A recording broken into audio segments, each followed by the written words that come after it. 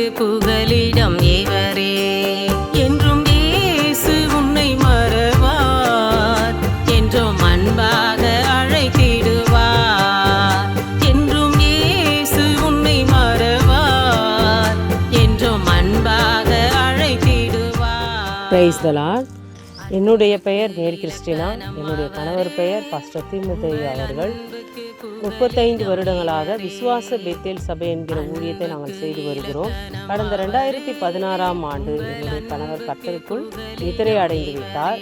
அவரது நினைவின் வாயிலாக அவர் எழுதிய அநேக பாடல்களின் முதல் பாடலாக அன்புக்கு இலக்கணம் அவரே என்கிற பாடலை நாங்கள் மார்ட்டின் தீமோத்தேயு அஃபிஷியல் என்கிற யூடியூப் வாயிலாக நாங்கள் வெளியிடுகிறோம். நீங்கள் யாவரும் பார்த்து கர்த்தருடைய நாமத்தை மகிமைப்படுத்துங்கள். ஆமென்.